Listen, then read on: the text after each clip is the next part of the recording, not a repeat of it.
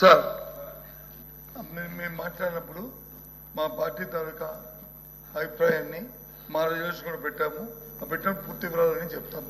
దయచేసి ఇప్పుడు డిస్కషన్ ఏంటంటే, జరుగుతున్న చర్చ ఏంటంటే, ఏదైతే మంత్రి గారు ఆవేశంగా ఏ సందర్భంలో కానీ ఆ పీక్కుంటారనే మాట రికార్డులో తొలగించాలి. ఆయన గారు చెడ్డపేరు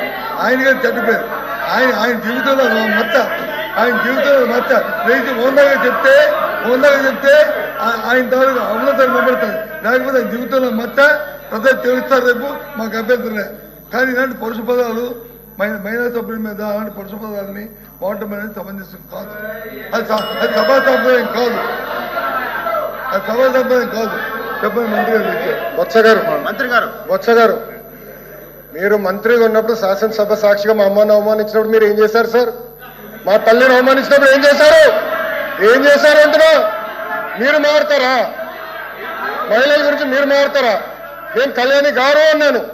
నాకు మహిళలు గౌరవిస్తాను మా అమ్మ నాకు నేర్పించింది సార్. మీ నాయకుడు నేర్పించలేదేమో, నాకు నేర్పించారు. మహిళలు ఎట్లా గౌరవించాలో నాకు తెలుసు సార్. శాసనసభ సాక్షిగా మా తల్లిని అవమానించారు. కావాలంటే video will play it now. Audio ఉంది దాంట్లో క్లియర్ గా. ఒక తల్లి ఆవేదన బాధ నాకు తెలుసు సార్. నేను చూసా.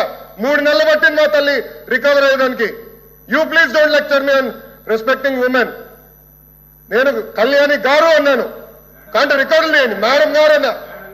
ఏకవచనంతో ఏనాడు నేను మాట్లాడలేదు సార్. మాకు చిత్తశుద్ధి ఉంది సార్. వినండి సార్. మీకు ఓపిక లేకపోతే బయటకు వెళ్ళండి. I no problem. Please listen. మీ తల్లిని అవమానిస్తే మీరు ఇట్లా మారుతారా? మీ భార్యను అవమానిస్తే మీరు ఇట్లనే మారుతారా? మీరు మాకు లెక్చర్లు ఇస్తారా? నేను మేడం గారు అన్నాను, కళ్యాణి గారు అన్నాను. సార్ ఏమన్నారు? మేడం గారిని అన్నాను. నేను మేడం గారిని ఏనాడు అనలేదు.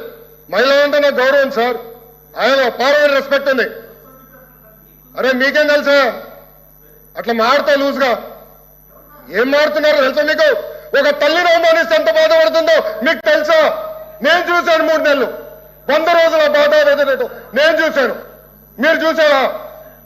ఒక మహిళ అవమానిస్తే, శాసనసభ సాక్షి అవమానిస్తే ఎంత కుమిలిపోయిందో నేను చూశాను. మీరున్నారా? మాట్లాడచ్చు మీ తల్లి గురించి మాట్లాడమంటారా? ఈరోజు ఇదే మీకు నేర్పించింది మీ ఇంట్లో.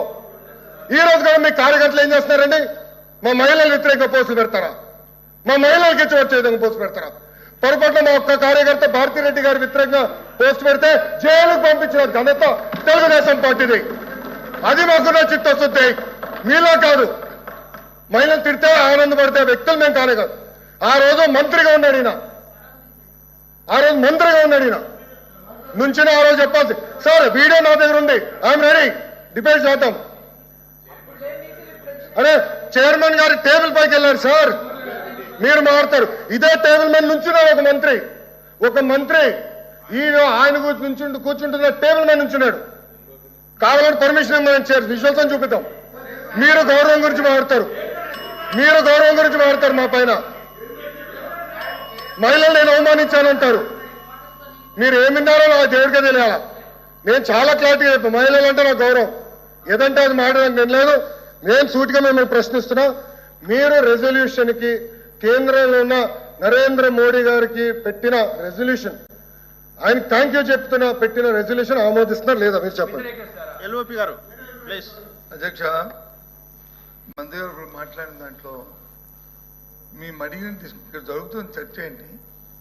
వారు వచ్చి వాళ్ళ తల్లి గారిని మాట్లాడిన మాటల్ని ఎవరు కూడా సభ్యసమం ఎవరు కూడా అంగీకరించరు. దాన్ని సమర్థించే సమస్య లేదు. ఇప్పుడే కాదు ఆ రోజు కూడా చెప్పాం. మళ్ళీ చెప్తున్నాం. ఏ తల్లిదైనా సరే ఎవరు నిందించినా దాన్ని సమర్థించే సమస్య లేదు, ఆమోదించే సమస్య లేదు. అంత మనుషులు కాదు మేము. కానీ 15 సార్లు ఆ మాటను చెప్పుకొని అనవసరంగా ఆ తల్లిని కించపరచడం భావ్యం కాదని నేను సభాముఖంగా చెప్తాను. 10 సార్లు చెప్తున్నాను. దయచేసి దీని ఇంతటితో విరమించుకోండి. ఆ మాటలను వచ్చి మీరు 10 సార్లు తీసుకొచ్చి దాన్ని రాజకీయాల కోసం ఆలోచించి డిస్కస్ చేయడం అనేది సమంజసం కాదు. మీ ద్వారా నేను నమస్కరిస్తాను. తప్పది. వినండి. పొజిషన్ లేక ఎవరు లేరు అధ్యక్ష. అధ్యక్ష ఒక కొడుకు ఆవేదన అది. ప్లీజ్. ఒక తల్లి నా సభ మధ్యలో మాది నీళ్ళు పడుతుంటే ఇది ఇప్పుడు మా ఈవేళ షార్ట్ డిస్కషన్ ఏంటి? మీరందరూ మాట్లాడేది ఏంటి? జరిగేది షార్ట్ డిస్కషన్ ఏంటి? సబ్జెక్ట్ ఏంటి? నా అమ్మా కూర్చో. ఎల్ఓపి గారు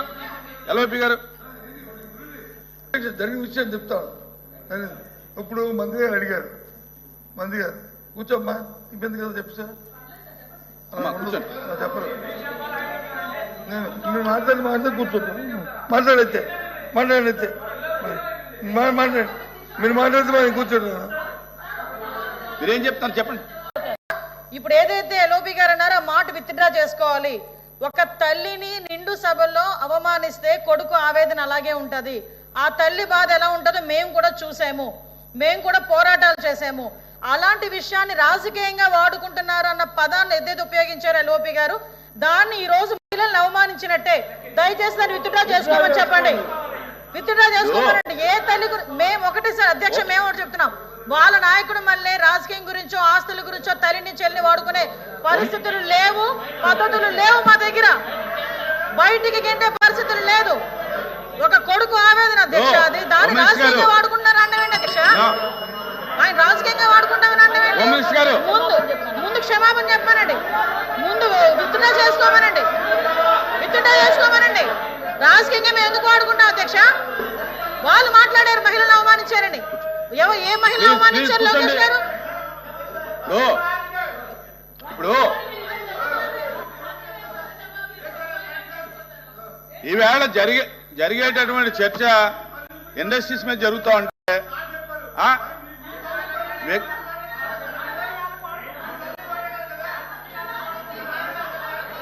ప్లీజ్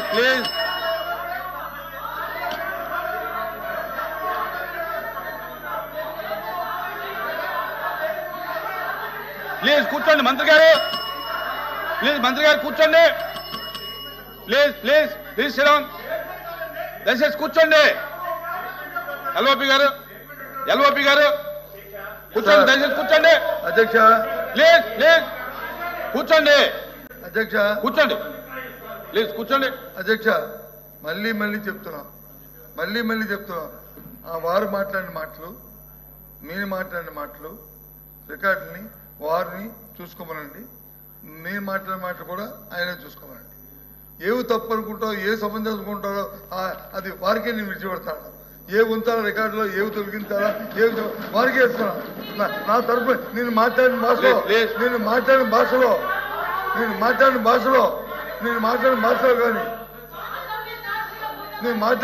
కానీ నేను ఎవరైనా ఆపాదిస్తే నేను తప్పకుండా దాన్ని ఇంట్లో తీసుకుంటాను.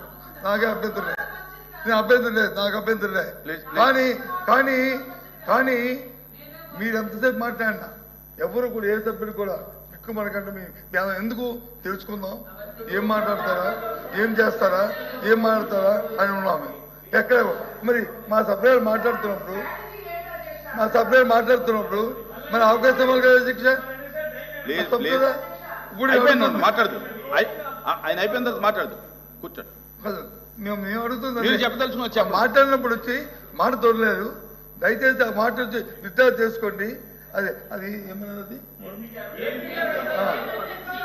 అన్నారు. దయచేసి ఆ మాట విత్డ్రా చేసుకోండి అని అడిగాం. అందుకని ఏమన్నా అదేండి ఆ మాట అంటే దాన్నే చెప్పాను. ఏం కొత్త మాట చెప్పానా? నేనే కొత్త మాట మాట్లాడానా? నాకు ఒక ఇంగిజ్ఞానం ఉంది, నాకు పరిజ్ఞానం ఉంది. దయచేసి ఎవరితో మాట్లాడకూడదే ఒక తత్వం నా మనసు నాకు ఉంది. అంతేగాని అంత దీనిగా దిగజారి మాట్లాడే తత్వం నాకు కాదు అని నేను అనుకుంటాను.